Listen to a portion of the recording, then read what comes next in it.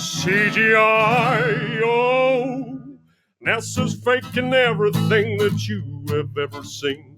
And as for flying to the moon, well, they ain't never been.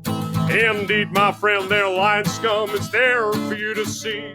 Just take some time, look into it, and the truth will set you free. All right, welcome back, everyone, to the Flat Earth Podcast. I'm your co-host, Curious Jay, alongside me, Dave, from deep inside the rabbit hole.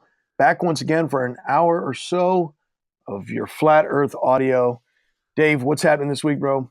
What's happening this week? Well, lots happening, but how are you? Let me start with something simpler. How are you this week?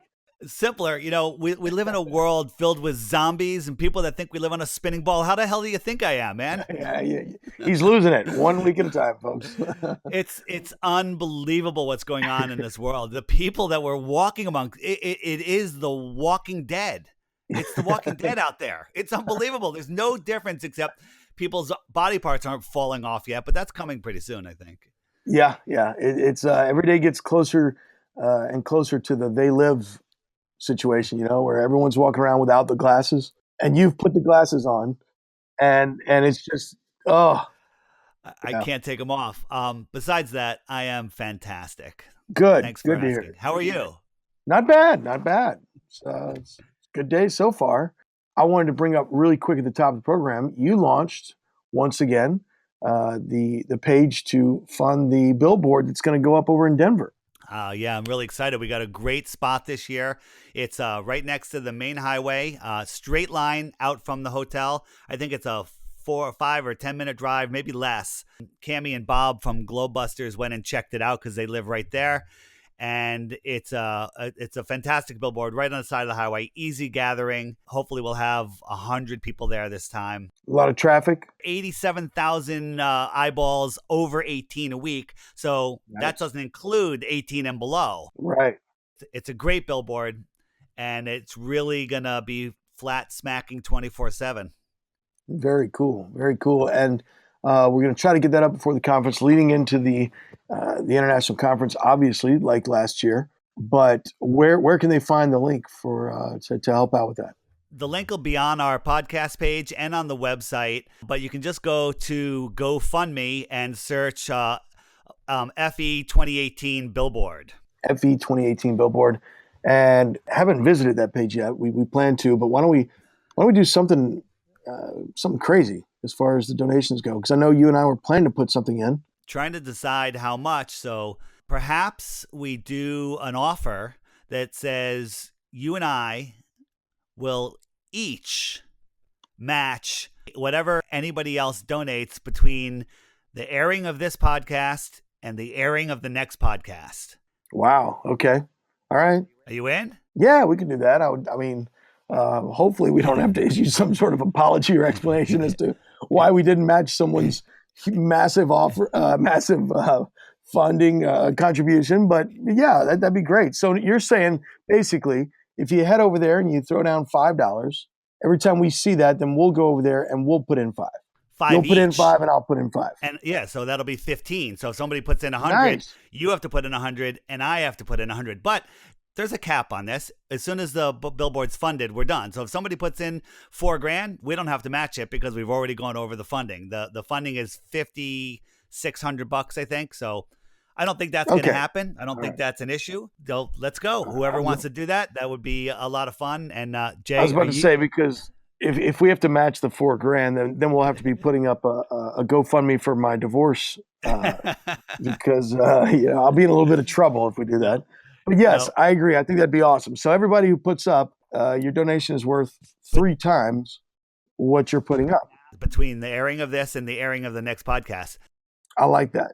When you're done, let's record another episode quick. Yeah, I like that even better. All right, so there's our offer.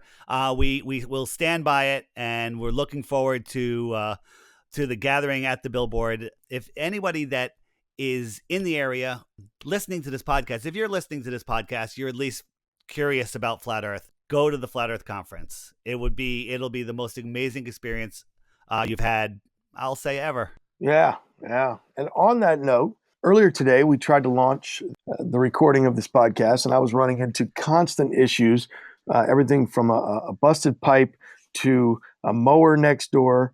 And I was unable to record, but you got to sit and chat with none other than Flat Earth Man himself, the Flat Earth Man. Why don't we go ahead and let the listeners hear that? Let's roll that now, because you guys had a great little discussion.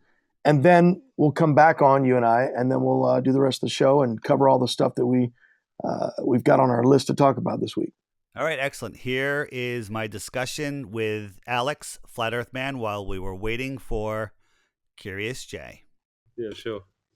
Let me get my mic pointing to the guitar here. Hold on. Well, NASA's faking everything that you have ever seen. And as for flying to the moon, well, they ain't never been. Indeed, my friend, they're lying scum. It's there for you to see. Just take some time, look into it, and the truth will set you free.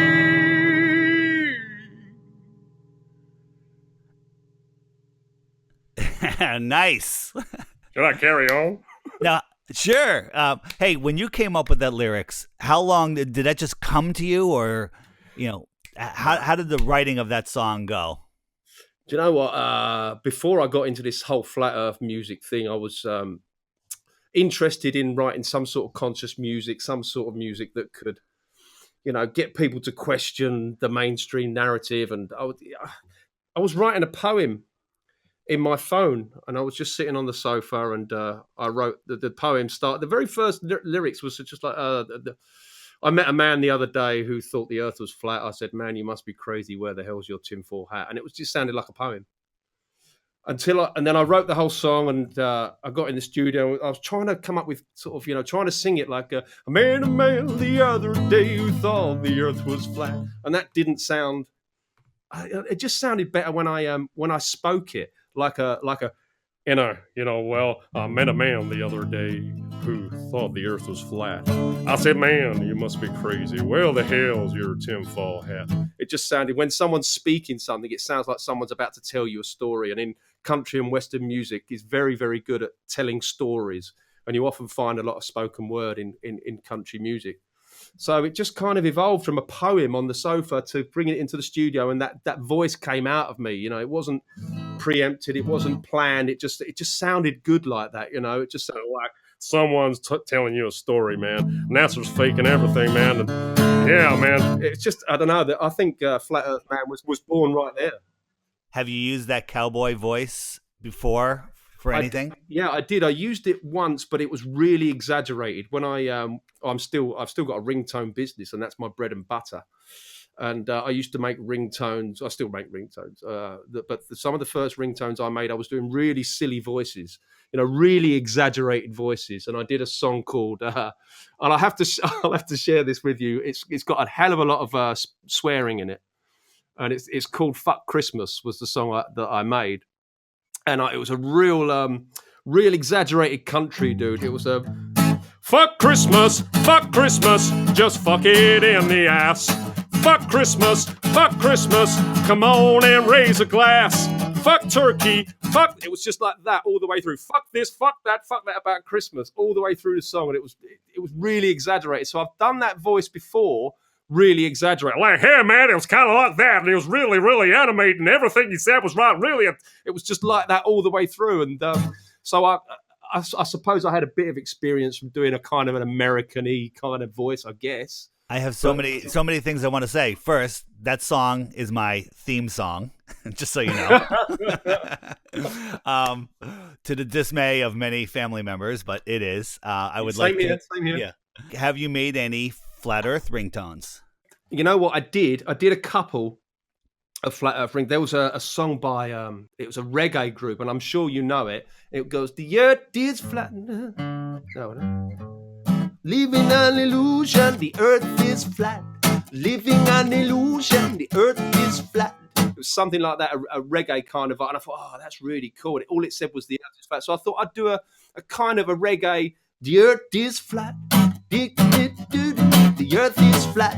And I kind of did that just all the way through it. But it didn't sell really because, well, not that I'm doing it for revenue purposes, but not a lot of people downloaded it. Let's put it that way. Well, can you come up right now on the show with 3 flat earth ringtones that every flat earther would want? I want them in 3 different levels. I want them for in the closet flat earther, so it's not too obvious. One for somebody with 1 foot in the closet, and then one for somebody like me that likes to flat smack every single person they say. Oh, you're not asking much, are you? Right. So you want? Hold on. Let's start. No, you're confusing. Now this is being recorded on a Friday night. You're several beers in. Maybe something. maybe some other smoky substance has entered the room. I don't know what you're talking about. I'm sorry. I don't know what that is. me neither. So hold on. You want a ringtone? Just what with Show me the curve. Show me the curve. That's a bit reggae, isn't it? Roll, show me the curve. I can't see no curve. When you go high up on the earth, you can't see the curve. Show me the curve. Show me the curve. Show me the curve. So any clip of a song can be called a ringtone? Is that how it works? Yeah, I mean, with ringtones, they've got to be 30 seconds long or less. So in those 30 seconds, you need to be able to grab the person's attention. So you need to be having a hook. You know, that's why they call the chorus in a song a hook, to hook you in, to get you singing that chorus. So it's got to be catchy. That's why I'm good at catchy, because it's got to be simple. 1, 2, 3 chords tops. So yeah, what was the question again? Do you have a place where you have ringtones that people can go browse them and buy them or steal them? They have been stolen. Now, I've had so many copyright battles, it's untrue. No, just kidding. Yeah, you can go. My stuff is found on iTunes, but unfortunately, you're not. If I'm under so many different artists, some of the artists might be called, Funny Ringtones Company or something like that.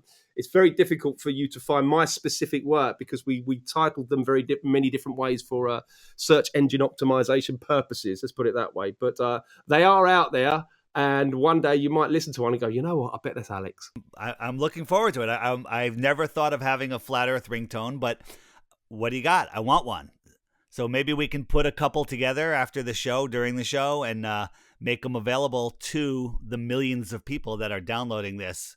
Yeah, I think that's a good, because when I released the flat earth ringtone before, there was no marketing behind it. It wasn't, I didn't mention it on any shows or interviews, etc., etc. So it didn't get any exposure. I guess now, if I was to refresh and make a really good flat earth ringtone, and talk about it on a couple of shows, it might get a bit more exposure and a lot more people will download it.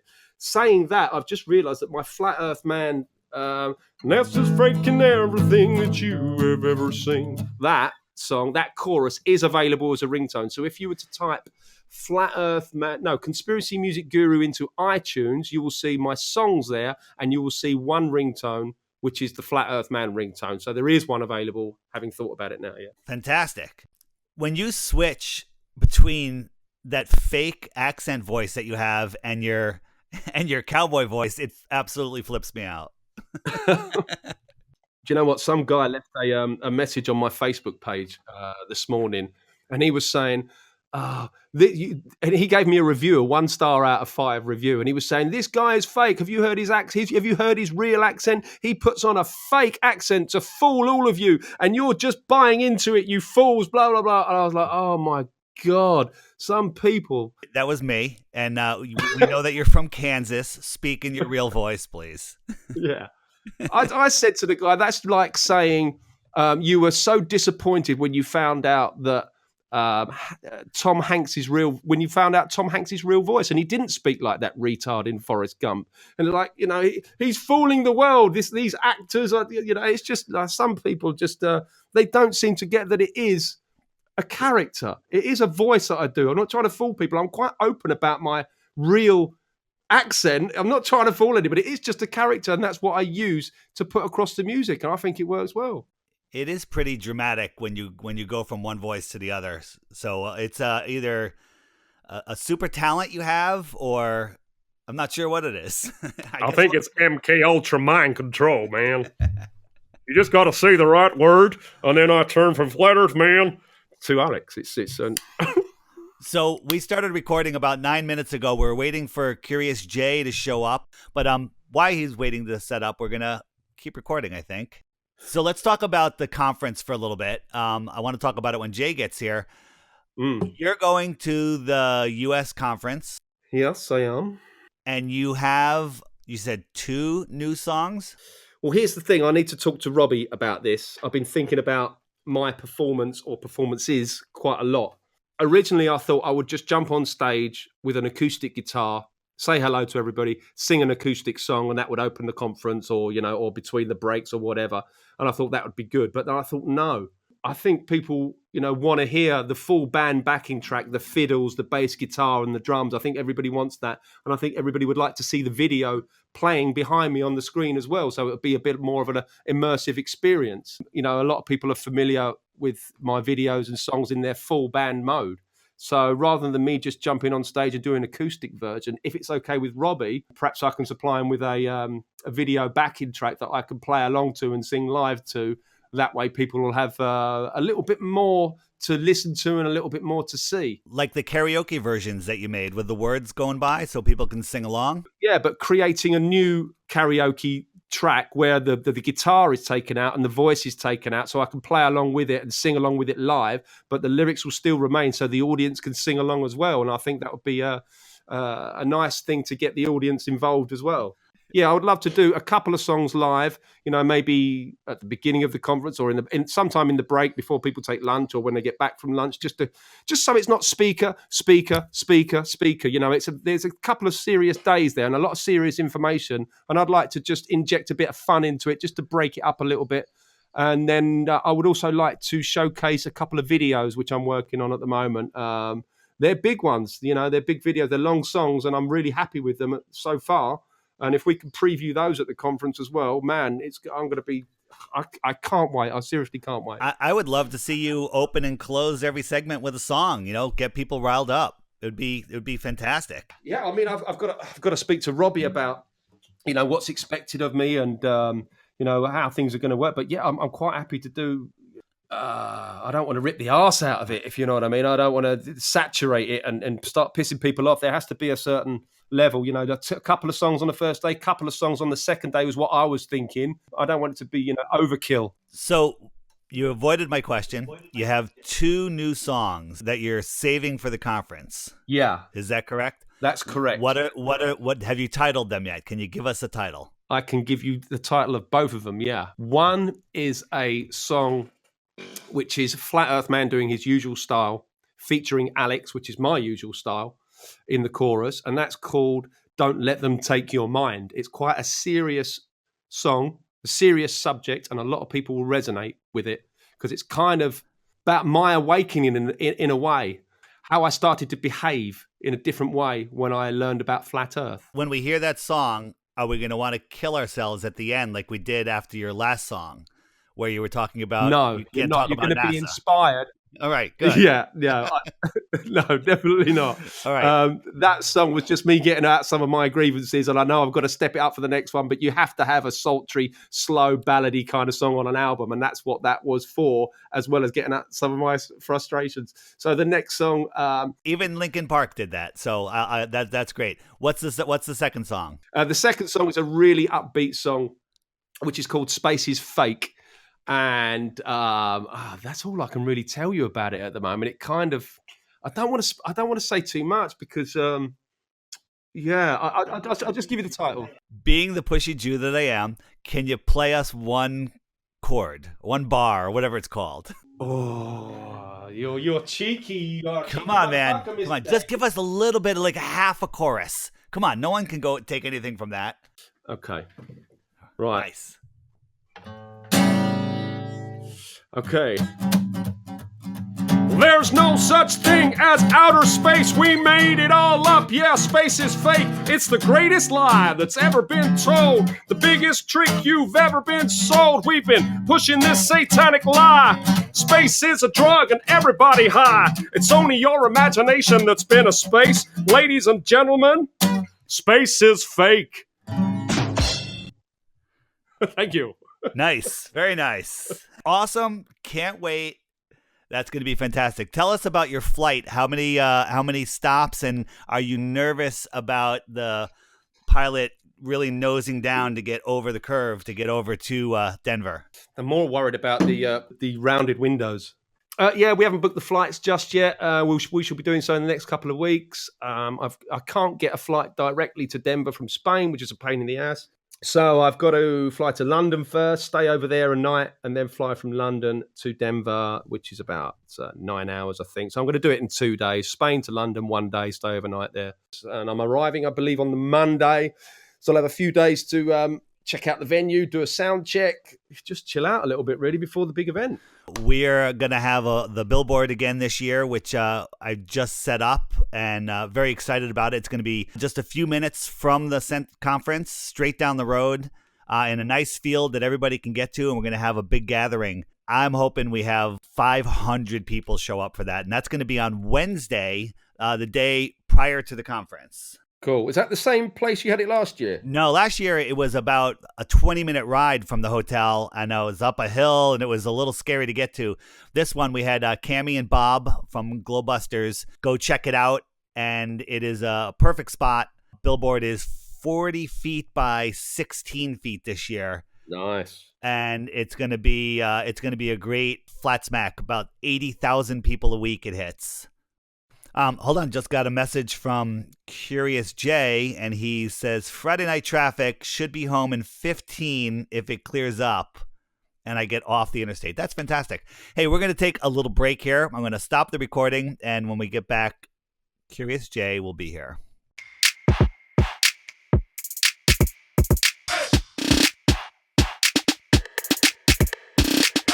Following announcement has been paid for by The Flat Earth Podcast. You want to leave a digital voicemail for us? Head over to theflatearthpodcast.com and click on the blue link that reads, got a question? Send us a message. You can do it from your iPhone or from your computer. First time you do it on your cellular phone, you'll have to download a little app. But after that, you can leave us all kinds of messages. If you want to be anonymous, you can make up a name, make up an email address. We don't care. We just want to hear what you have to say. We'll do our best to play or answer these questions and comments on future episodes right here on the Flat Earth Podcast. Download the SpeakPipe app and check us out at theflatearthpodcast.com. The Flat Earth Podcast. If you're watching this audio on YouTube right now and you're not familiar with the world of podcasting, there's a far better way to listen to the Flat Earth Podcast each and every week. Think of it like your TiVo or your DVR is to your television.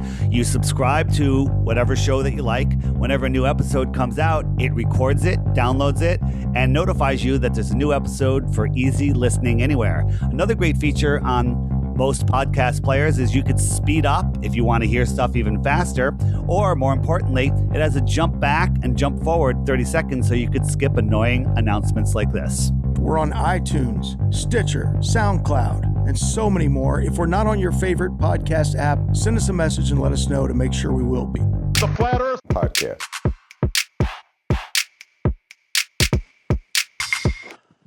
Look, guys, getting real tired of saying this. This is a podcast, okay? You're lucky Dave is still willing to upload it to YouTube. It's not going to always be there, okay? You need to start preparing now, just like Brian Austin Lambert says. One day, this will not be on YouTube. You need to switch to a podcast platform. This is Matt Long, flatwork.com, over and out.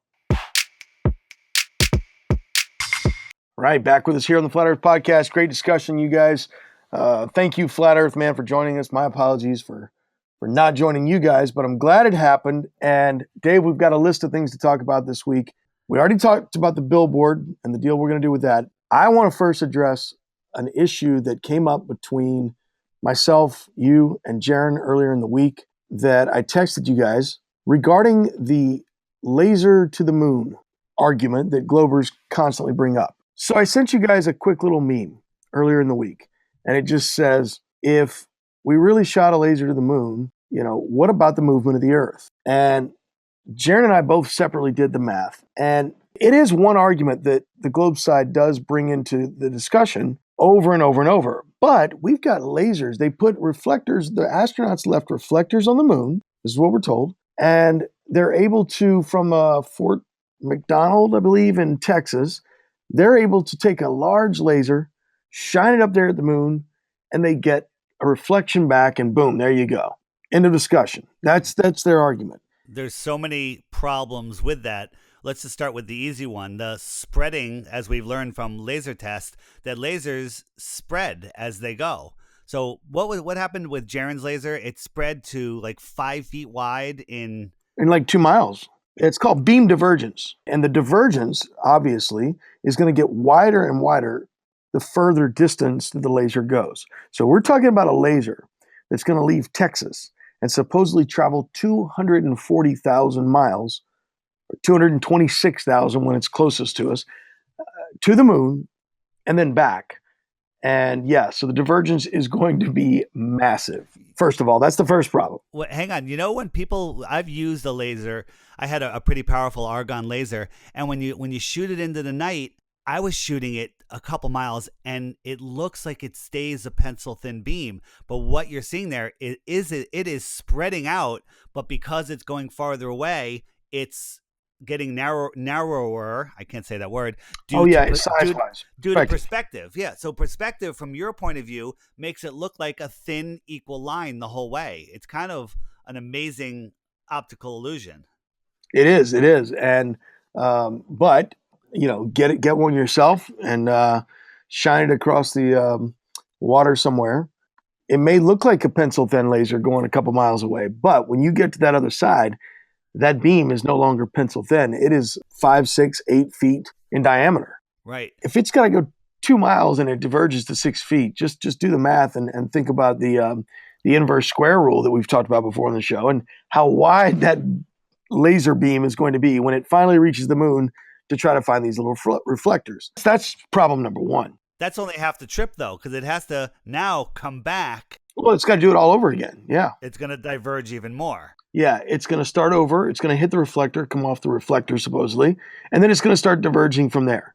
So it's going to start all over with at the moon and then come back. But when it gets to us here, it's going to be wide, wide, wide. Anyway, point being is the point that I brought up when I sent this text over to you and Jaren was basically I don't think they factored in the spin of the Earth. And Jaren and I both separately did the math on this, and we came up with the same answer, that in the time they say that it takes 2.5 seconds for that beam to leave Texas, hit the moon, and come back.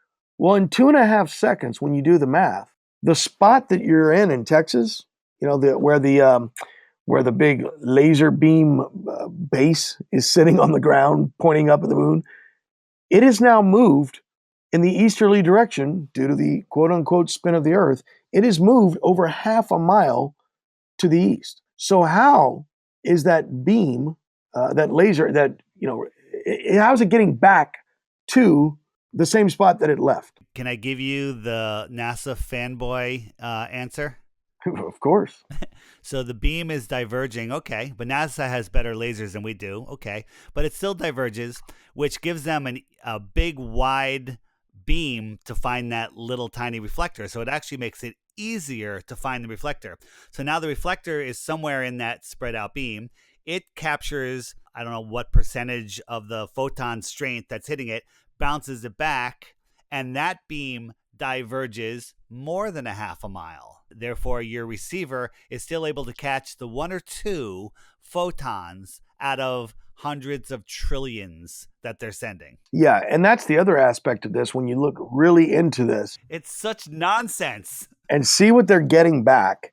I mean, this is legit. It's like they're literally getting 1 or 2, I think, photons back. Photons, folks, these are microscopic little dots of light that are supposedly coming back. They send trillions of photons, and all they need is 1 to come back. But yeah, I guess you're right. I guess they would say that spin of the Earth makes the laser beam center, or whatever you want to, command center, move half a mile down the road. But that beam is so wide when it comes back, it's 3 miles wide, so we're covered. Yeah. Just nonsense. Either they're lying when they say that, or their belief is so strong that the laser moon reflector experiment was real that they can make up something because it has to be real. People will do that.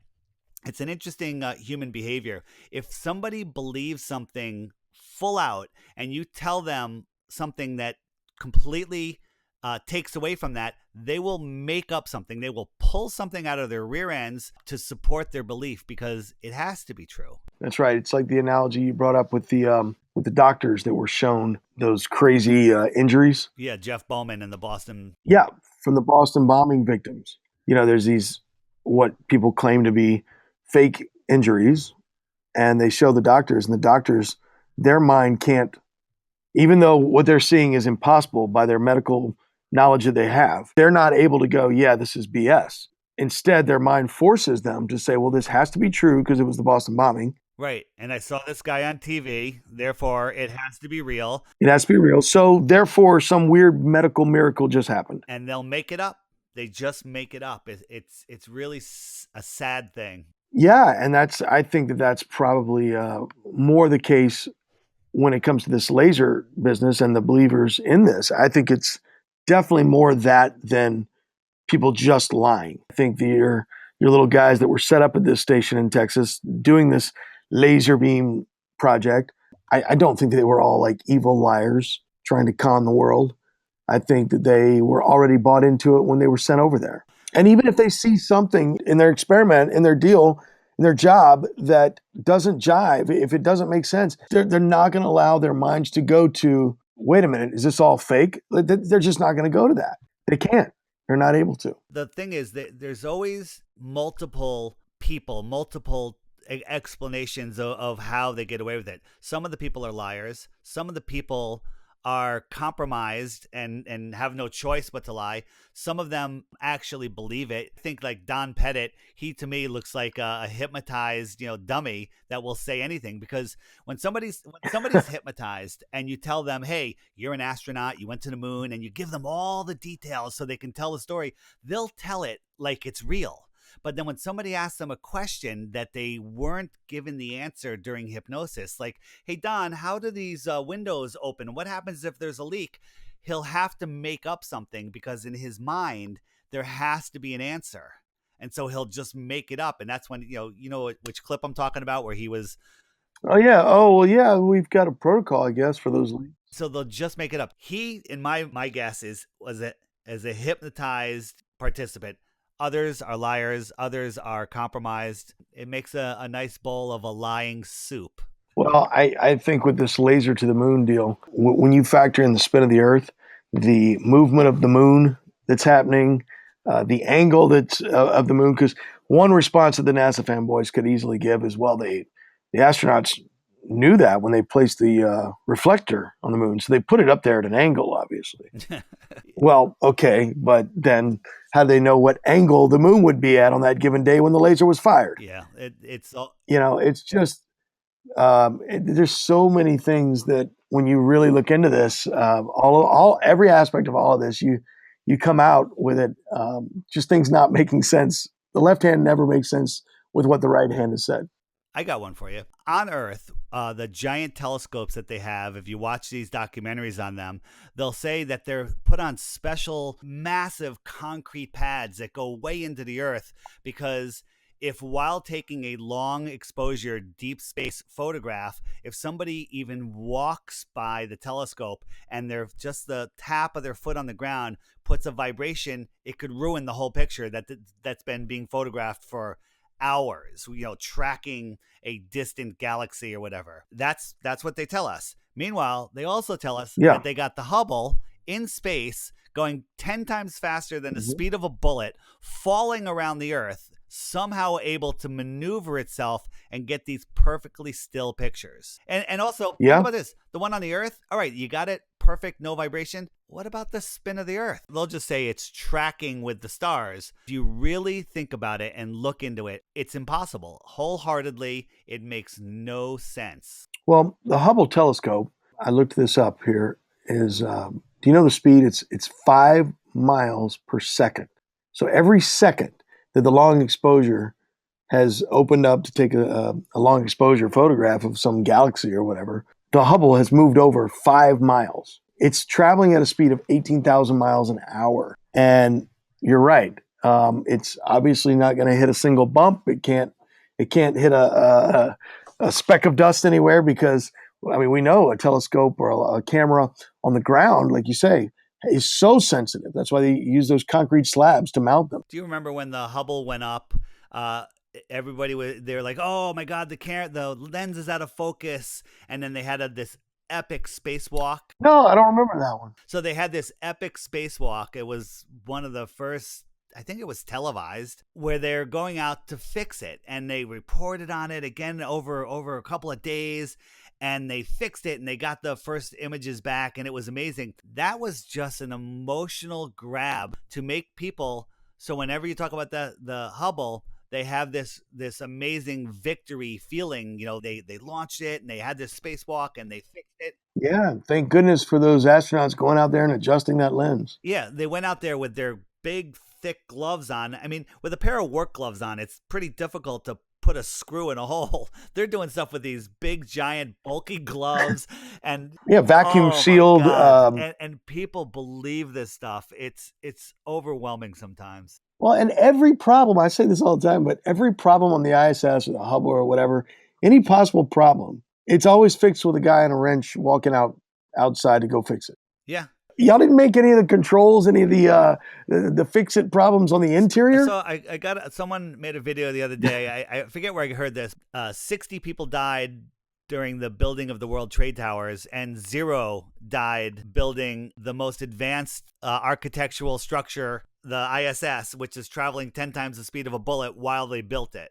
Nobody died in space, where any screw up would be catastrophe. And not to mention the fact that it is still working up there just flawlessly. Yeah. It's just been moving at that rapid rate through space this entire time for what? How long has it been up there? 20 years? Something like that. 18 years, something like that. And had no problems other than, the 2 or 3 problems a year where you can fix it with just a guy in a wrench and a spacesuit. Nonsense. So crazy. It's insane. Now, one quick note on the Hubble for those of you who haven't seen this. Do you remember that video? It was by Robert Pisano. Yes. He did an excellent video on the Hubble being what was it? Sophia. Right. Sophia is supposedly a telescope mounted on the side of inside a 747 with a big opening, big sliding door, or however they open it. That takes it probably is true, and it takes some pictures. It was a plane with a big, large, huge, massive camera put up in there, and they were using a 747 to move it around and take pictures of the sky. But what Robert did in his video was link the two and basically showed that Hubble is nothing but Sophia. Correct. So I don't know the name of it, but if you were to go look for, what is his name? I can't ever remember his last name. Robert Pisano, I believe. Yeah, Robert Pisano's videos.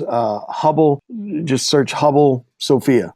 Robert Pisano, and it'll come up. But I thought it was a great video. It was a couple years old, but right. He got a guy from NASA on that works on Hubble, and I think he got him to admit that he's never actually seen Hubble or anything direct from Hubble, and everything that this guy has worked on has just been numbers coming into his computer. It's just it's data given to him later.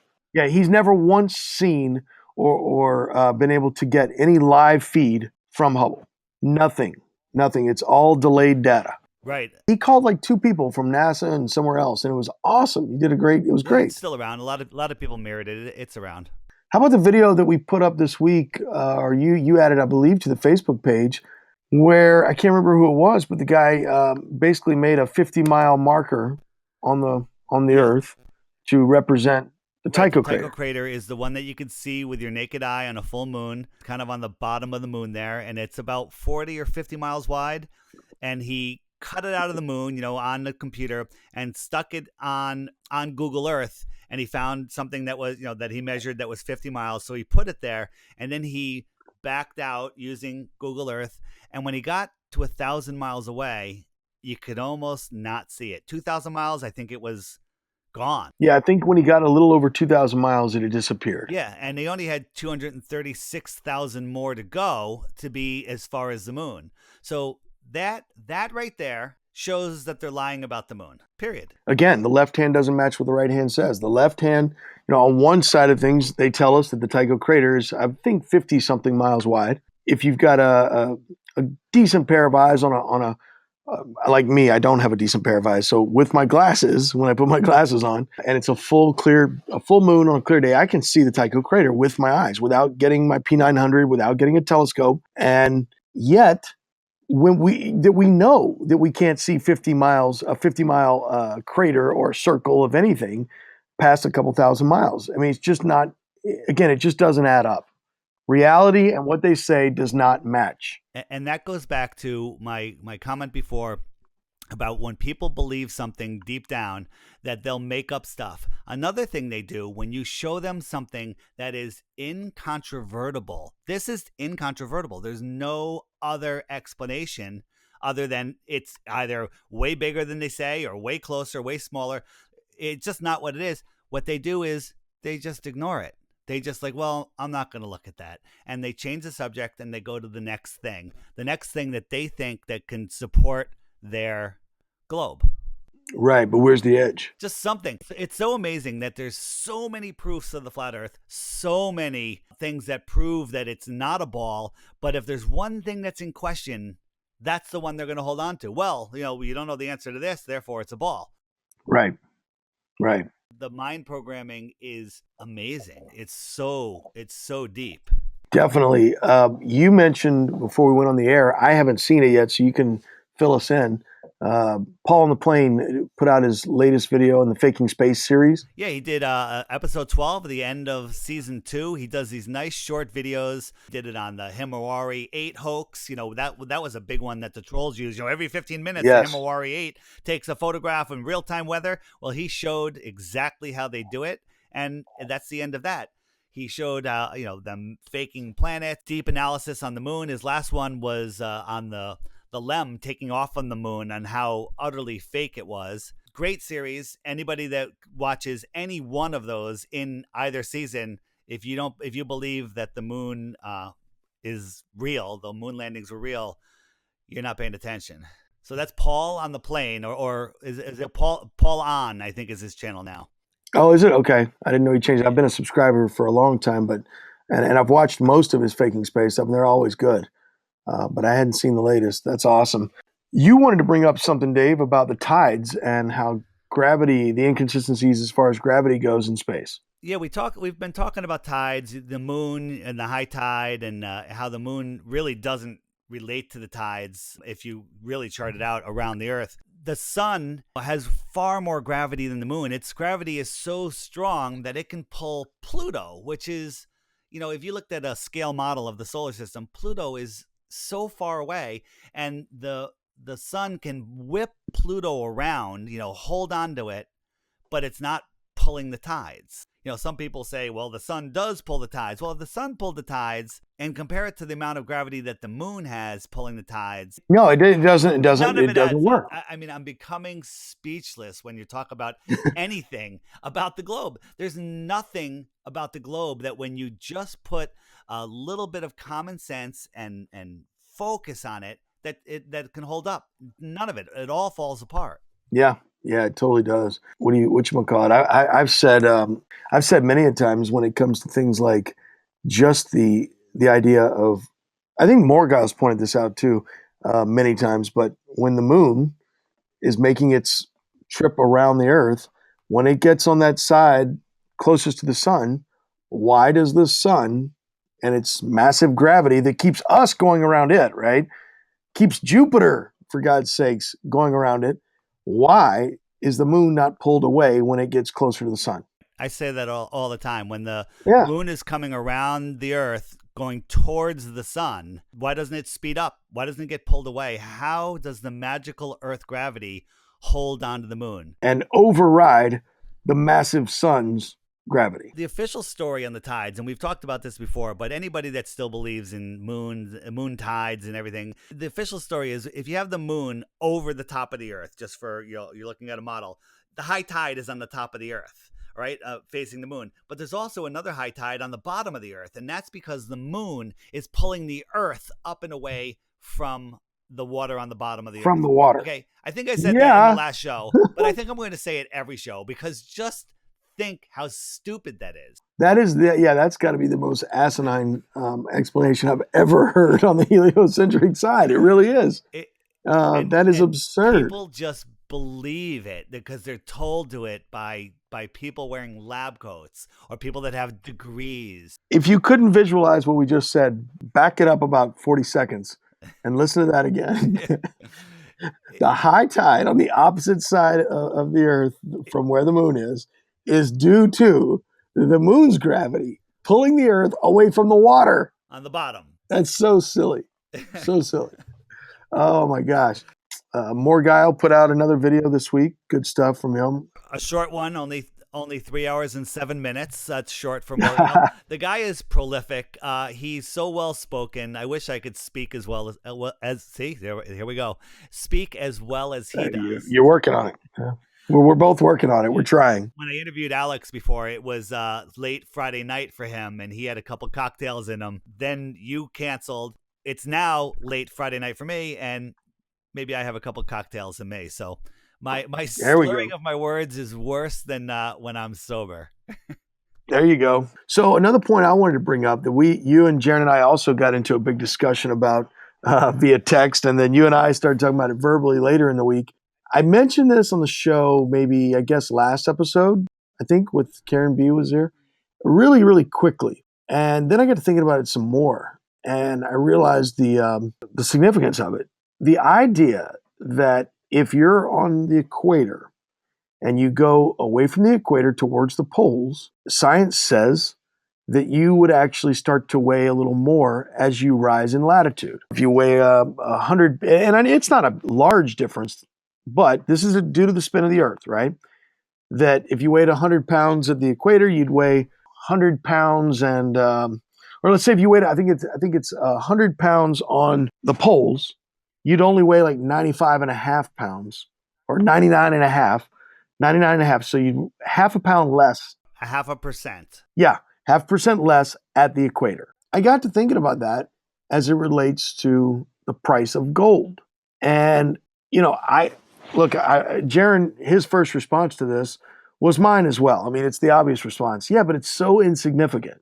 It's so insignificant.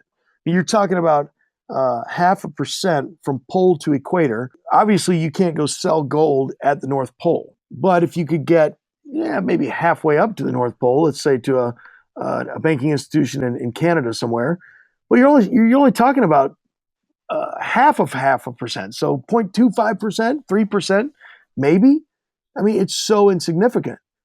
But insignificant fluctuations in price of a stock or gold becomes significant when you're moving large volumes of that traded item, correct? Yep. I mean, we know that guys put options on stocks, and when they drop a few cents in a day, they make tons of money because of a little bitty drop, just from buying and selling large volumes of them. So here's my contention. I do understand the insignificant, the minor amount of change in weight that would happen.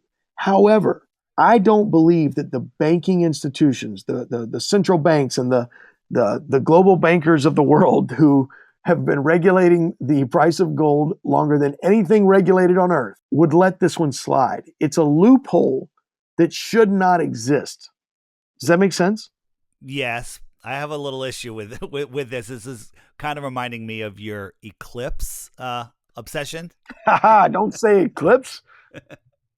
No, come on, man. Don't get me started. Here's my issue. If it's 0.5%, by the time they ship the gold from the equator to Argentina, the market could have shifted more than that, and then they'd have to bring it back again. So what are they going to keep a bunch of gold on ships until they find a market fluctuation? Well, my point was this: if you and I had a boating business in Quito, Ecuador, which sits on the equator, and we were able to, our business basically ran 3 trips a month down to Argentina, people or supplies or whatever we were shipping. But we had a boat, and that's what we did. And we figured out, hey, how much gold do we need to buy in order to make just our gas money? Let's make an extra $1,000 on this trade due to the weight increase. Because if this earth is really spinning, then a brick of gold will definitely weigh a little more when we get to Argentina than it will when we left Quito, Ecuador. So you're right. a fluctuation in price. Let's say we load it up and we head down to Argentina and the price drops. Well, yeah, we got screwed, right? Yep. But we don't sell. We just hold on to it. And for every trip we make, let's just say 1 out of 10 trips, we're able to make our gas money. We're able to put an extra $1,200 in our pocket. I'm saying that there's no way that the what do you call it? The Securities Exchange Commission, the SEC, the global bankers of the world who won't let you get out of a bounce check fee. I mean, there is no way they're going to allow that loophole to exist. I will openly admit that this cannot be taken advantage of by lots of people. Just the cost of me moving a brick of gold from the equator up north is going to cost me money. Like if we shipped it or if we brought it in our suitcase on the plane, yeah, we're going to get charged for it, and we're probably going to cut into any money that we would make. I get it. I'm saying that even if it worked 1 in 10 times as a bona fide loophole and a way to make money, there's no way they would let it stand. Maybe that's why there's so many sunken ships with gold, all these buried treasures. People were trying this in the past, but yeah, they were all trying to get to a heavier spot where it weighed more. There you go. And or their ship, they filled it up just to where it was like exactly the weight limit. Yeah. And as they were headed south, things started weighing more due to the spin of the earth. Yep. And that's why they all sunk. Yeah. I think you're onto something. But no, again, this is not like one of these proofs of the flat earth. It's one of those circumstantial arguments like that people bring up, like, how they say, well, engineers don't factor in the curvature of the earth when they're making long tunnels or the Panama Canal or whatever. If you're going to tell me that they're not factoring in the spin of the earth and the weight difference at different latitudes when they're making a global set price on an ounce of gold costs the same in Argentina as it does Australia, as it does Europe, as it does Texas. Wouldn't you want to sell your gold during when the moon is on the other side of the planet? Yes, because it's going to pull the earth away from your gold. Or because if the moon is above you, it's going to pull the gold away from the earth. Exactly. So if you bought gold near the equator and you go down to the southern part of Australia on a time where the moon's on the other side, pulling at a high tide moment, you're going to make millions. Jay, I'm dealing with enough nonsense in this world. Okay, we have to just try to keep it real here. I'm with you. I totally agree. It's nonsense. Everything is nonsense. Yeah, I'm saying my point is I realize how minuscule that difference is, and how it would be such a task to really try to make money off of that. However, if it could be done, which it could, if it was, if the earth, if it really was spinning and we weighed different weights at the different areas, then they would not have a set price all over the earth for the same ounce of gold. There's no way. That's suspicious, don't you think? Thank you. There you go. Thank you. I agree. Totally. Anyway, that's my point. Let us know what you think on that. What else do we want to cover real quick? Oh, you wanted to mention something about the Pac-Man model. The media picked up on that. Yeah, so they had the UK conference. The media ran with the low-hanging fruit, which was the Pac-Man model and Martin Kenny's Cosmic Egg. In my opinion, those are advanced possibilities for Earth. And presenting them to flat earthers, I'm all for it, because we already know it's not a spinning ball. But when the media is coming and going to be looking at something, leading with that, we get exactly what we got. Some people say all publicity is good publicity. Kind of agree with that. But I saw 15 articles that had a Pac-Man on it the day after the conference. The Pac-Man model, I've said this before.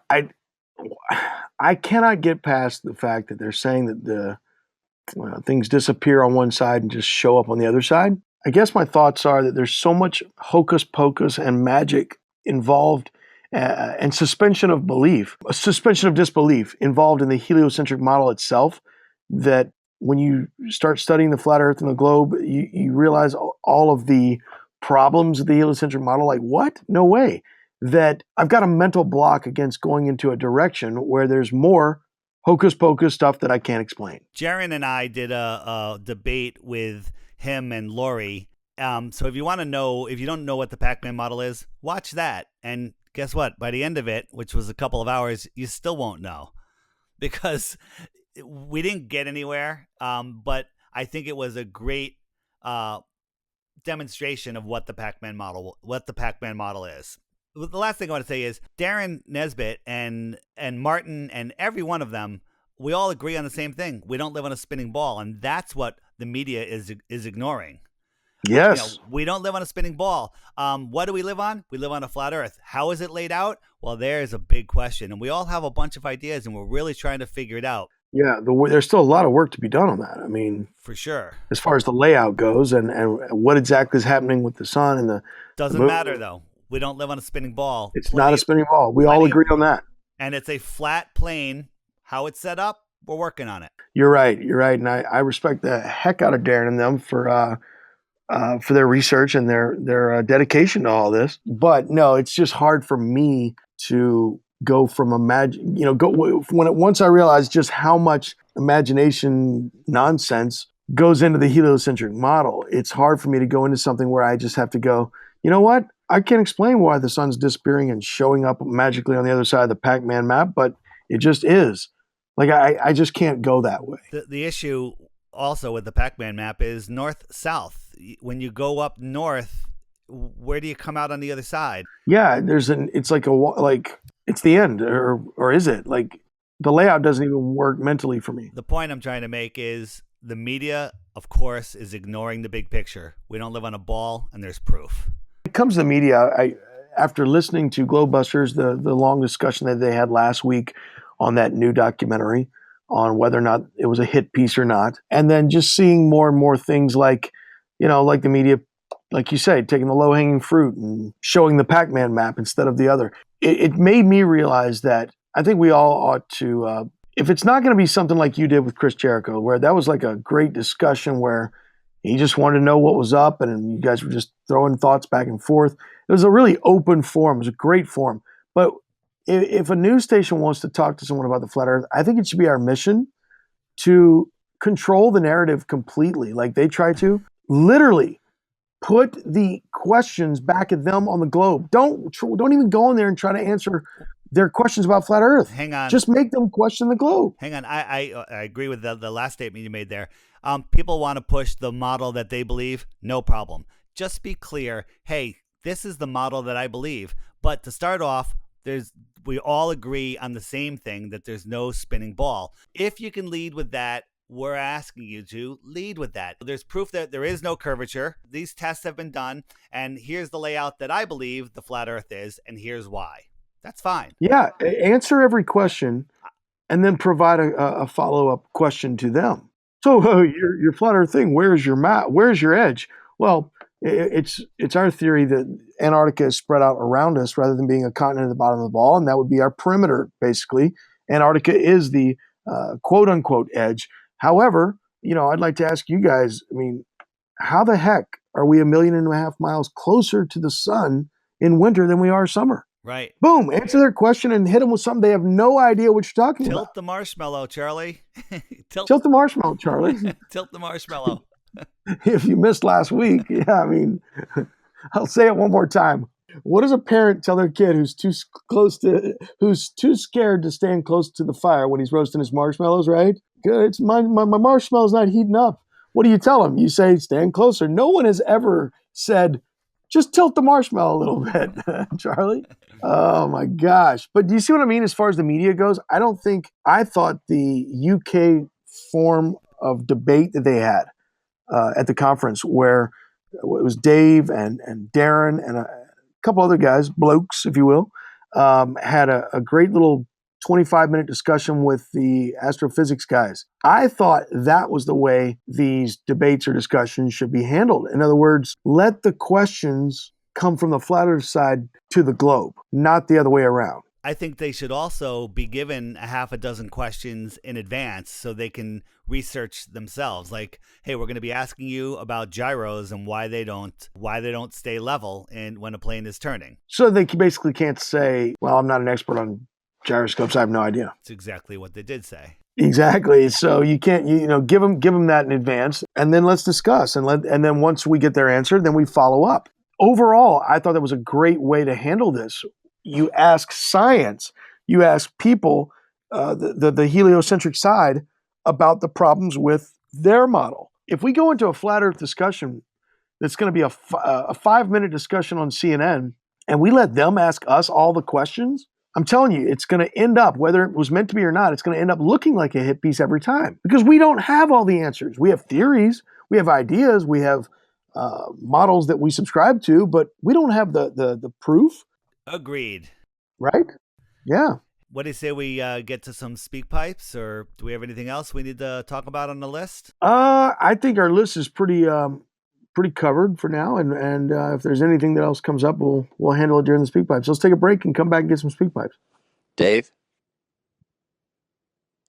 Hey, Dave, if you can hear me, I can't hear you. Hey, just if you can hear this, call me back when you get signal. I got questions about Brian Austin Lambert and that rash I was telling you about. I think you said you've had it before, so yeah, just call me. Thanks. Hey, what's going on, people? Flat Earth Man in the house. I want to talk to you about the Flat Earth International Conference. But before I do, let me tell you that all you're watching is a puppet show. Yeah, the whole world's a stage. Astronauts, they're just actors, of course, and yeah, they all get paid. Look at me, Ma, I'm floating in space. No, you're not. You're lying to the whole human race. All you're watching is a puppet show, yeah. Hey, what's going on, people? Flat Earth Man in the house. Hey, what's going on, people? Conspiracy Music Guru right here with DITRH on the Flat Earth Podcast and preparing for the Flat Earth International Conference on the 15th and 16th of November in Denver, Colorado. Very much looking forward to it. Got a couple of songs to showcase. I'm going to be playing live as well, flying all the way from Spain, and I cannot wait. It is going to be the most amazing thing you've ever been to if you want to understand a little bit more about this reality. If you're flat curious, or if you are well-versed in the flat Earth conspiracy, then we can't wait to see you. It's going to be one hell of a conference. If you're a full-on flat earther or just discovering flat earth and not sure, don't miss this conference. There'll be 1,000 people that think alike that you can talk to. You'll learn amazing new things about flat earth. If you're new, you'll meet amazing people. You'll make lifelong friends. I wouldn't miss it for the world. If somebody said to me, hey, we'll give you an all-expense-paid trip to the Caribbean, which is my favorite place to go, or you can pay your own way to the Flat Earth Conference, I would give up the Caribbean and go to this conference. You can find it at fe2018.com or just go to theflatearthpodcast.com and there's a link right there on the top of the page.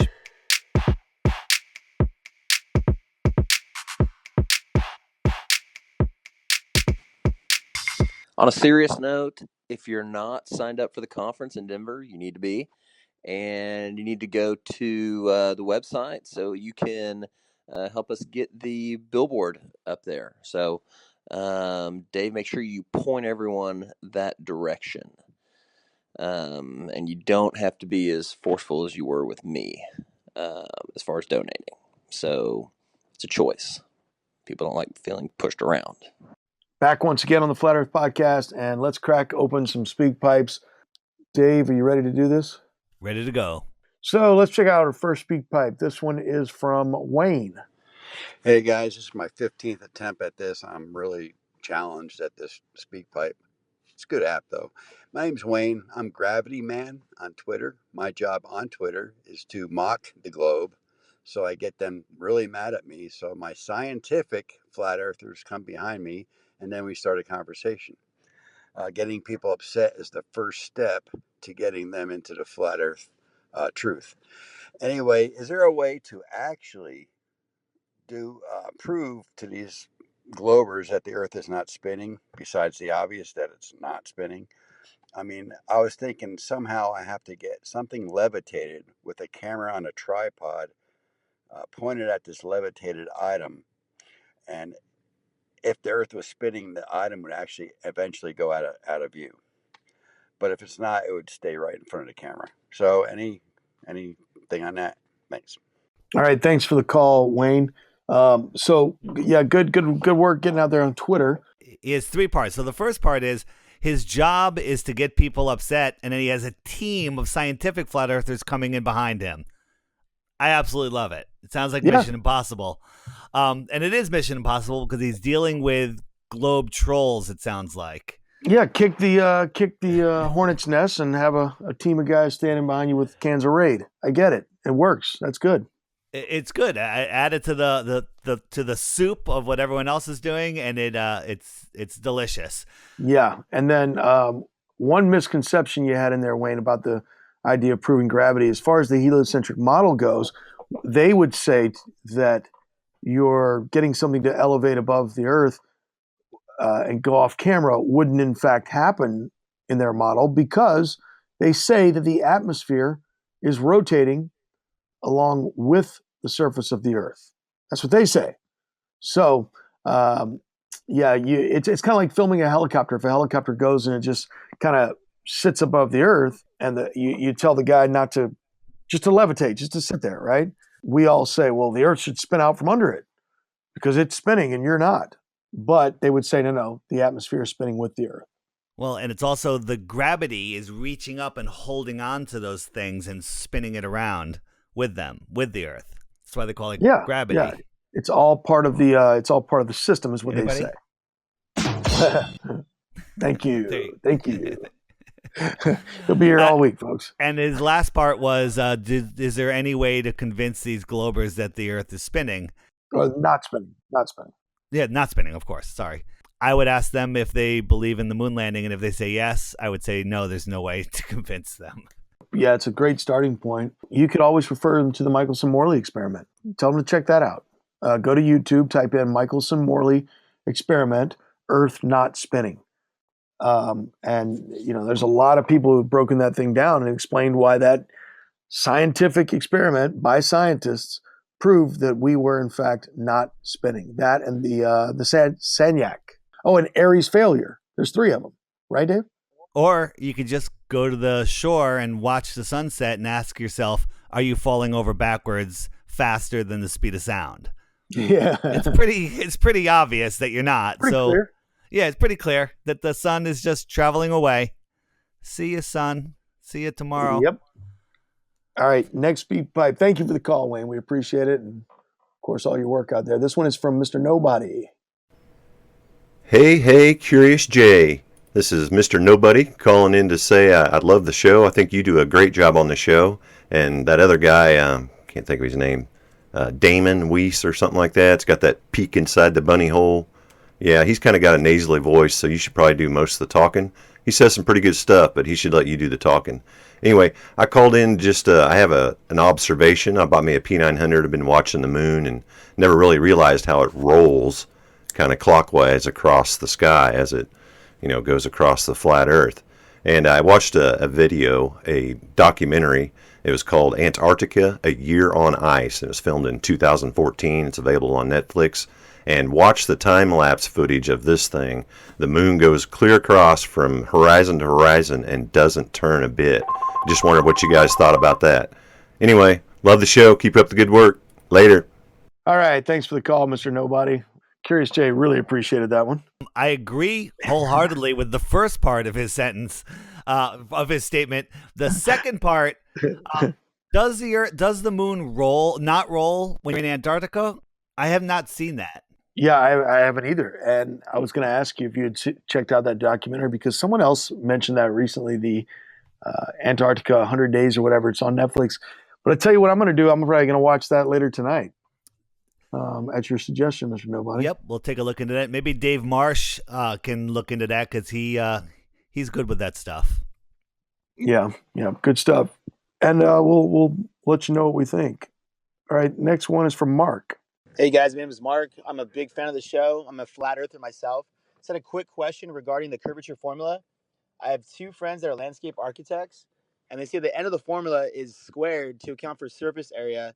So if you travel in any direction, that's the reason why it's squared. If you don't square it, this will give you the true read of the curve of the Earth, which makes it a lot bigger. So I just want to see if you guys have heard of this and just hear your thoughts back on this. Keep up the great work, guys. Thank you for the call, Mark. We appreciate that.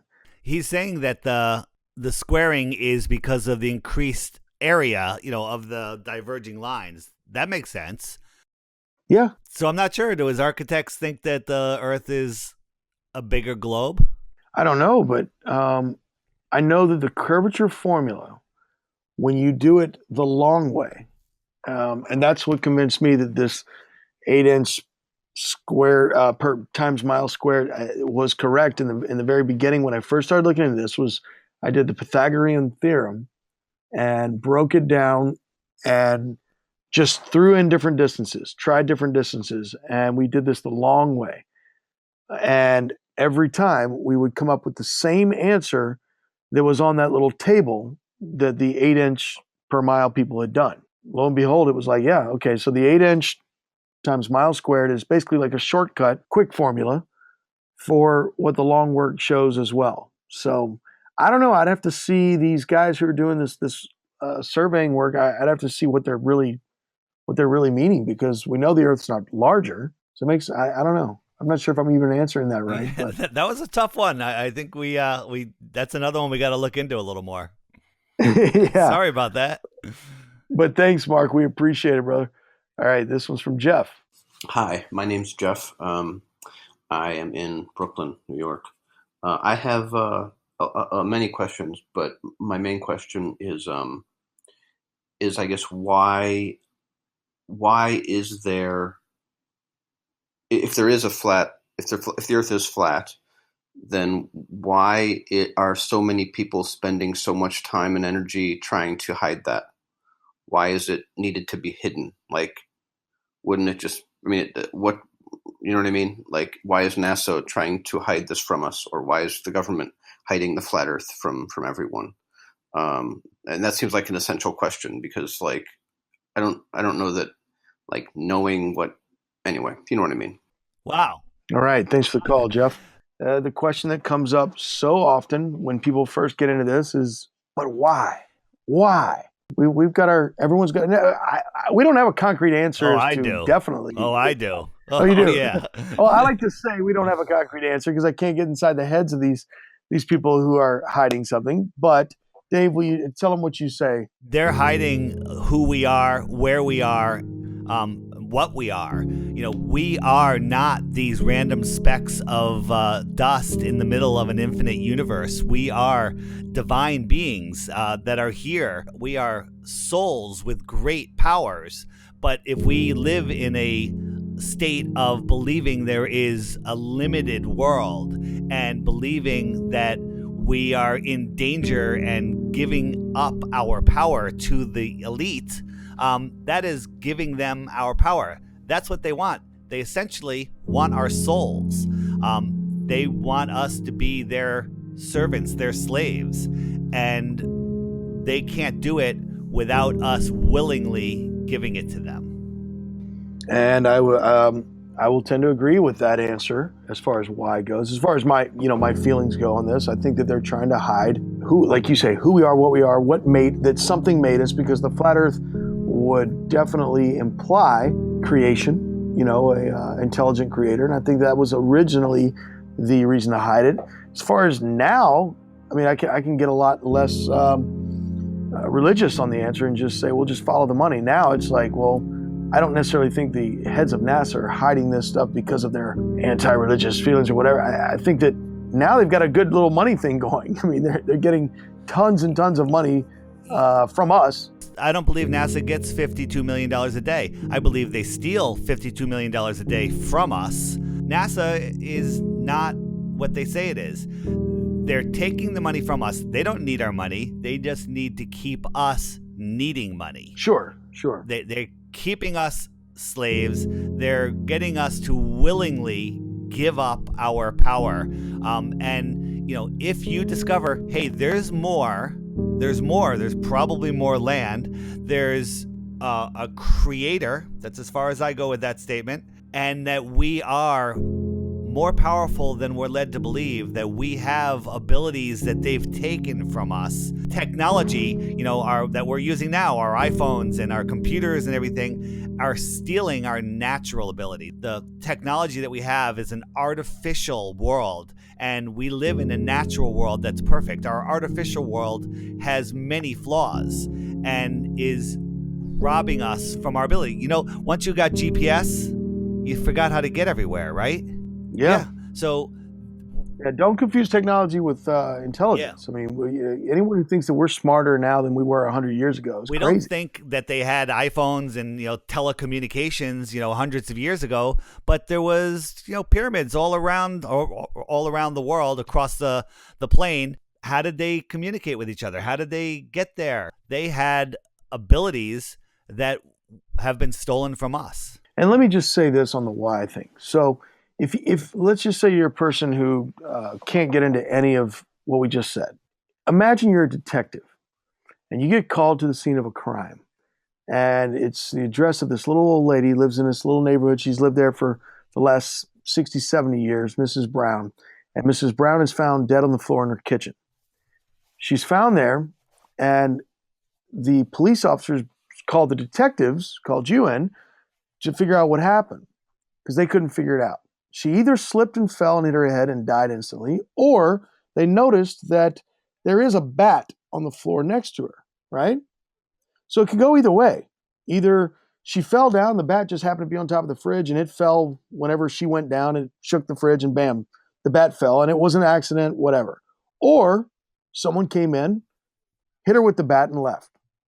If you as a detective stop right there and you say, okay, whoa, I look at it, I see it could be these two things, but why? Why would anyone knock off Mrs. Brown? She was loved in the neighborhood. She baked cookies for people for decades. She had no enemies. There's no motive. Why? And because you couldn't think of a why right then, you just ruled it as an accident. Then you're not doing your job as a detective. No, you don't look into that yet. You examine the evidence. You take you dust for fingerprints. Did anybody break any of the doors or windows?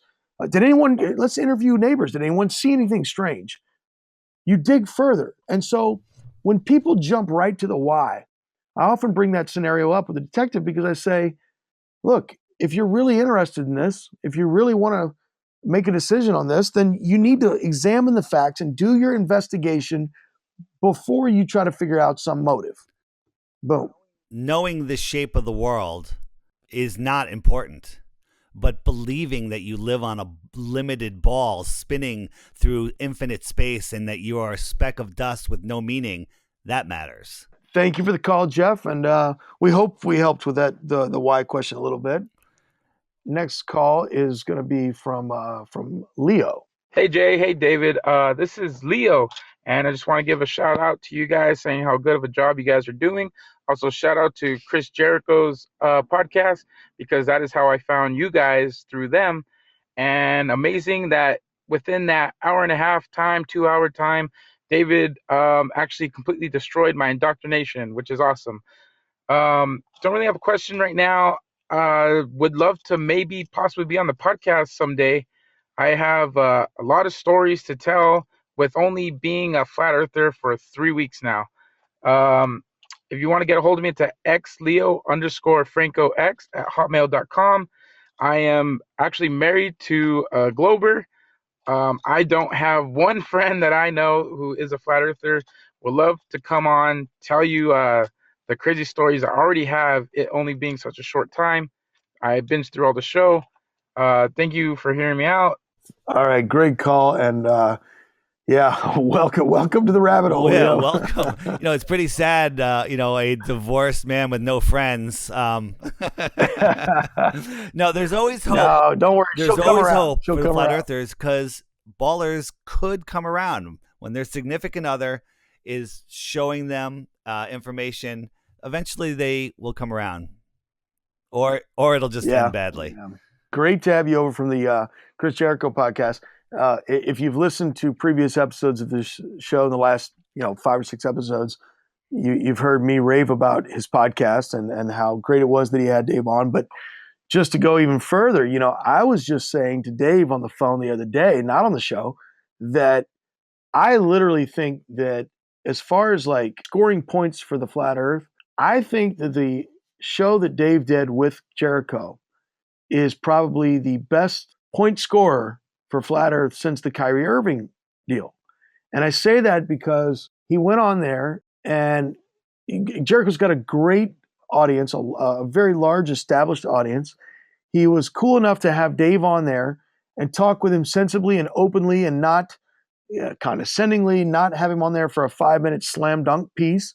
He gave him the floor to explain the flat earth side of things. And to do that on a show with that large of an audience, with a guy that cool like Jericho, is so rare. And I just think that I don't think it's been I don't think it's gotten the props that it deserves. That was such a great deal that Chris did by having you on, I Dave. appreciate that.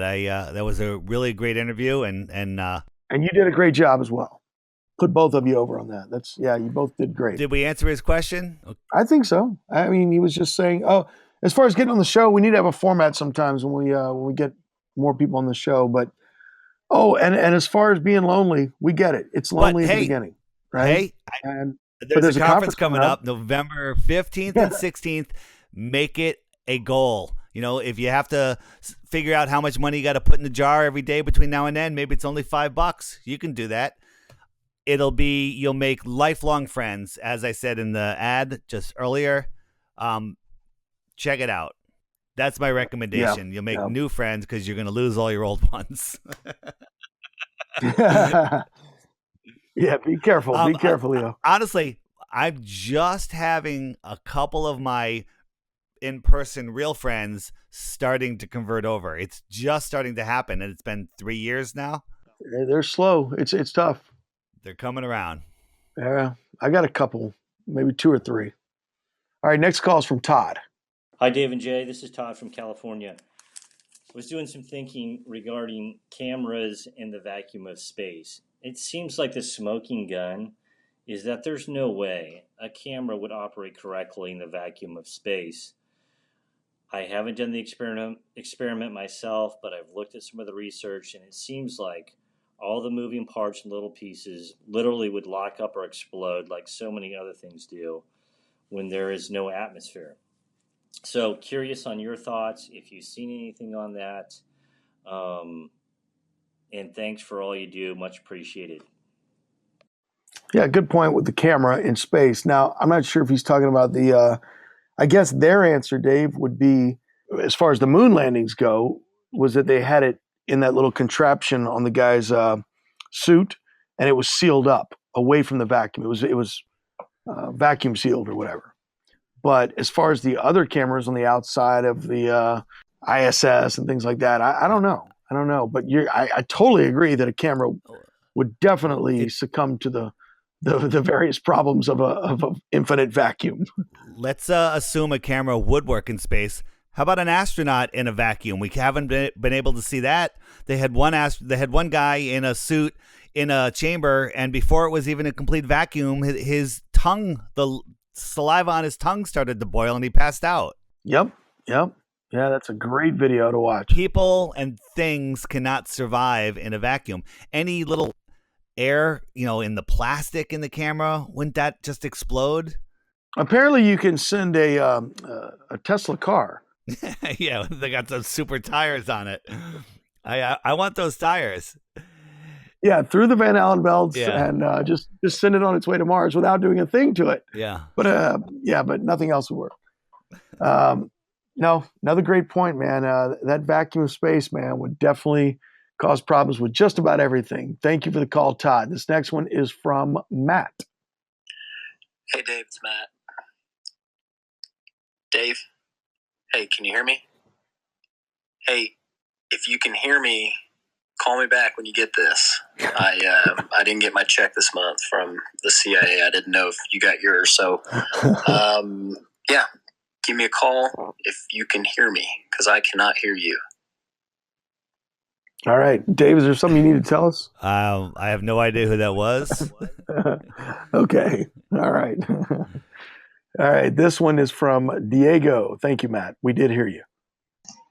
Hey, I just want to say I love your podcast, and I'm a big fan, and it's really enjoyable, and I really appreciate the time you guys put into making it. And actually, I just got off of a meeting for school. I did my school online, and it was like virtual classes, right? And in this one philosophy slash political study slash history class, I brought I didn't actually bring it up, to be honest. I think someone else brought it up, and we were talking about conspiracy theories. And our teacher was actually talking about 9/11 and how he said it's pretty rational that 9/11, the quote unquote conspiracy theory for 9/11 is true.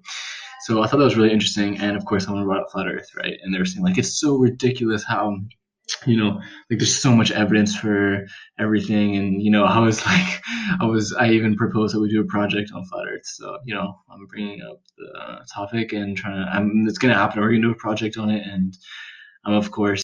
Oh, got cut off by the time limit there. Always good when someone at the front of the class is down with a little bit of conspiracy with 9/11 or whatever.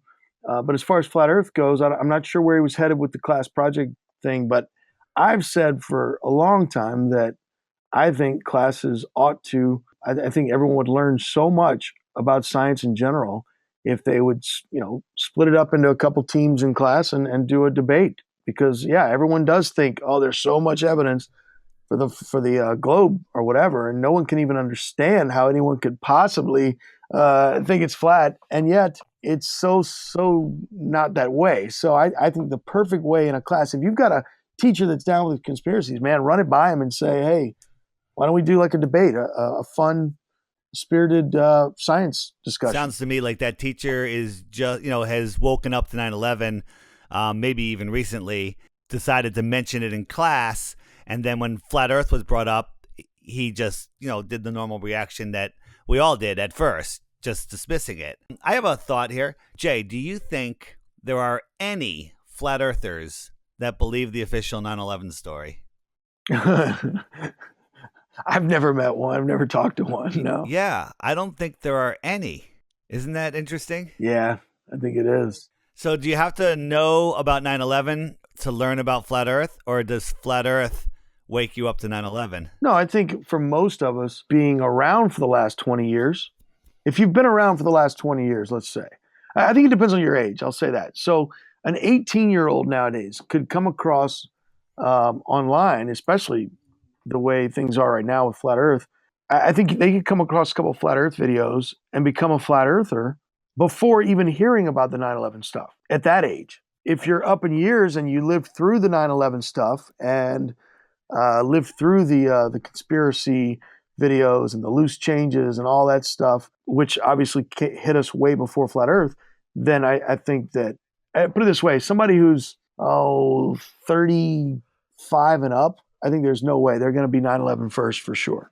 But somebody 16 to 25, man, I guess it's whichever one they stumble across first. Yeah, I don't know how much stumbling there's going to be. I was doing a little searching on YouTube, and man, they have whitewashed Boston, 9/11. You search those things, all the top pages, a whole bunch of them are all just mainstream stories. And it won't be long before they really, really attempt to. They're making all kinds of attempts on YouTube now, but before they really try to start whitewashing the flat Earth thing as well, unfortunately. Yep, we got one more left. This one is from Shane. Hey guys, this is Shane. Got a quick question about Antarctica.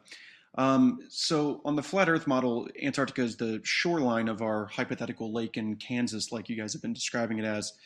This would imply that if you were to travel there from, South America, you're landing on a completely different side of a gigantic landmass than if you were to travel there from, Australia. And I think those are the two most common launch points. On a globe, this is a completely different situation where it's a self-contained continent and it's, not nearly as massive.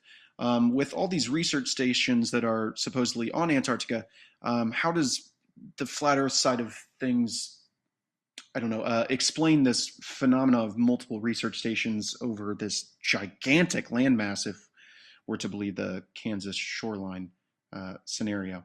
Thanks, guys. Okay, great. Yeah, good question. And I think I understand the question. So but I don't understand the question. You understand what he's asking? I do. What he's saying is if you go to Antarctica on the flat Earth map from South America, you're on one side of the lake on the shoreline. Yep. And if you go from Australia, you're 180 degrees on the other side of the lake. Yes. And he thinks that that is so far apart that you would have to know it versus being on the bottom of a ball. I don't think anybody travels from one to the other without it being a very, very long trip. That's what I was going to say. Like, nobody's getting in a snowmobile. Yeah, you're not getting on a snowmobile at camp whatever and taking a 5-minute ride over to the other one. No one is cutting across Antarctica to get from one to the other. Just doesn't happen. And that's why I say it's like it's no more unfathomable than having a research station in the desert of California and then down in somewhere in the southeast of the U.S. It's like, what does one have to do with the other? Think about it that way. They're not connected. Nobody's making quick trips back and forth from one to the other. They're completely in isolation of one another. So, yeah, they could be 2,000 miles apart. They could be 2 miles apart, or they could be 25,000 miles apart. And the belief that two people at each, one at each of those locations can both travel to the same South Pole, which is not the South Pole, it's just a pole stuck in the South, is not true. They can't go to a center point because there is no center point. It's not like they could say, "Hey, do you guys have that paperwork? Yeah, just get on the sled. We'll meet you over at the South Pole, and you can hand us the shipment. Whatever." It's not going to work that way. Right. No one ever meets up right there. So yeah, it's the equivalent of having an Air Force base in London and another one in Tokyo. Could be anywhere. That's how we see it. All right.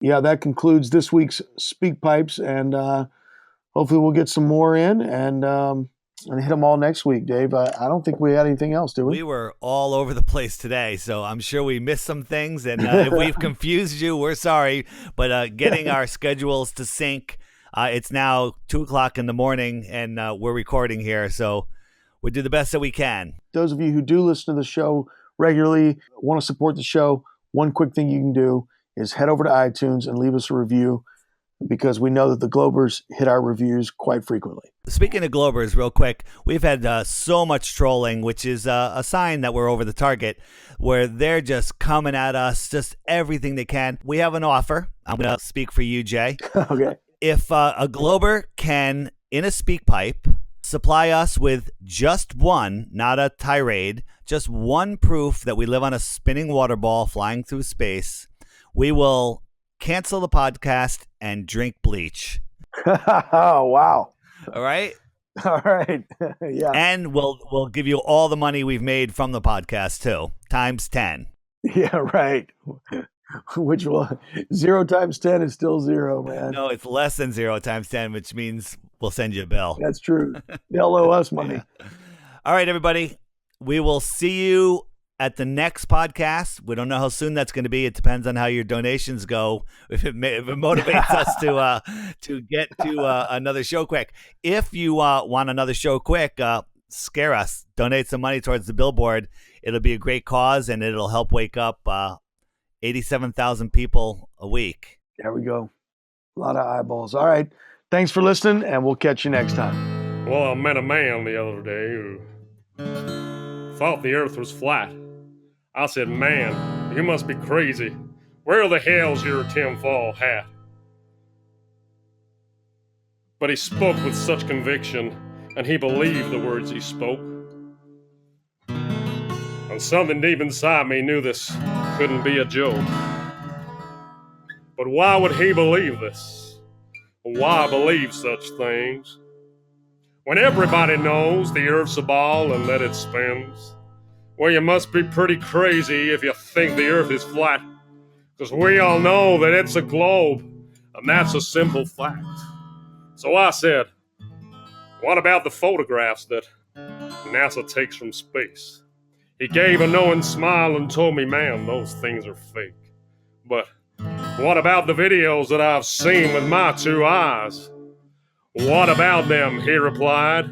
Have you heard of CGI? Oh, NASA's faking everything that you have ever seen. And as for flying to the moon, well, they ain't never been. Indeed, my friend, they're lying scum. It's there for you to see. Just take some time, look into it, and the truth will set you free. Well, I was kind of skeptical, but I have an open mind. And what he said was interesting, and I got a little time. So I grabbed myself a doobie and I started watching vids. As if NASA's really lying, then they're lying to my kids. And as I watched, I got angry as I learned of the deceit. The global Earth deception was right there at my feet. Well, holy smoke, this could be true.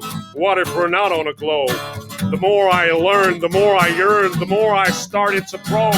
I upturned every rock of information I could find. I started to unlock the truth, the war upon my mind. I had 1,000 questions I just couldn't understand. I had to meet that man again, that flat earth man. Oh, NASA's faking everything that you have ever seen. And as for flying to the moon, well, they ain't never been. Indeed, my friend, they're lying scum. It's there for you to see. Just take some time, look into it, and the truth will set you free. Well, I called him up that evening, and he agreed to meet. He was very welcoming, and he showed me to my seat. He said, I see you've done some research, my open-minded friend. I know you'll have some questions, which we'll get to in the end. First, take a look at what's on these walls, paintings of a globe. I painted every single one of these, don't you know? You see, back in the day before computers, I was in demand. An artist painting everything I saw upon the land.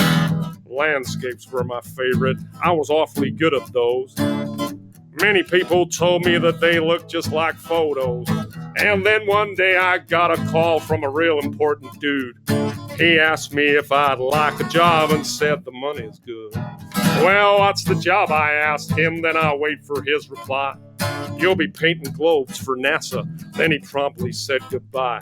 Well, I was sworn to secrecy. I could not tell a soul that I just got myself a job with NASA painting globes. My work was published globally in every magazine. To fool the people of where we live, a truly evil scheme. See, we don't live on a globe, he said, the earth is truly flat. I've been on the inside and I know that that's a fact. Whoa! NASA's faking everything that you have ever seen. And as for flying to the moon, well, they ain't never been. Indeed, my friend, they're lying scum. It's there for you to see. Just take some time, look into it, and the truth will set you free. Well, we talked until the sun came up, and my mind was truly blown. This man had challenged everything that I thought I'd known.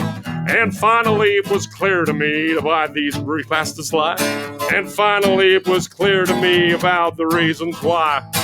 It's all about control, you know, to get inside your head. It's all about the money, too. They got an awful lot of bread. $50 million, man, what could you do with that? Well, that's what NASA gets a day to hide the earth is flat, you see. If they can get you to believe that you're on a spinning ball, well, things like God and creation just make no sense at all. It all exploded from nothing, right, with their theory of Big Bang. It's true satanic mind control from the Freemasonic gang. You see, it's only Freemasons that get to go to space. Well, they're the evil bastards who are lying to your face. Yeah, NASA's pretty evil, man. The whole thing is such a fraud. The only reason they exist is to hide a loving God. Whoa. NASA's faking everything that you have ever seen. And as for flying to the moon, well, they ain't never been. Indeed, my friend, they're lying scum. It's there for you to see. Just take some time, look into it, and the truth will set you free. Yeah, NASA's faking everything, man. Look into it. I did. and my mind is truly blown.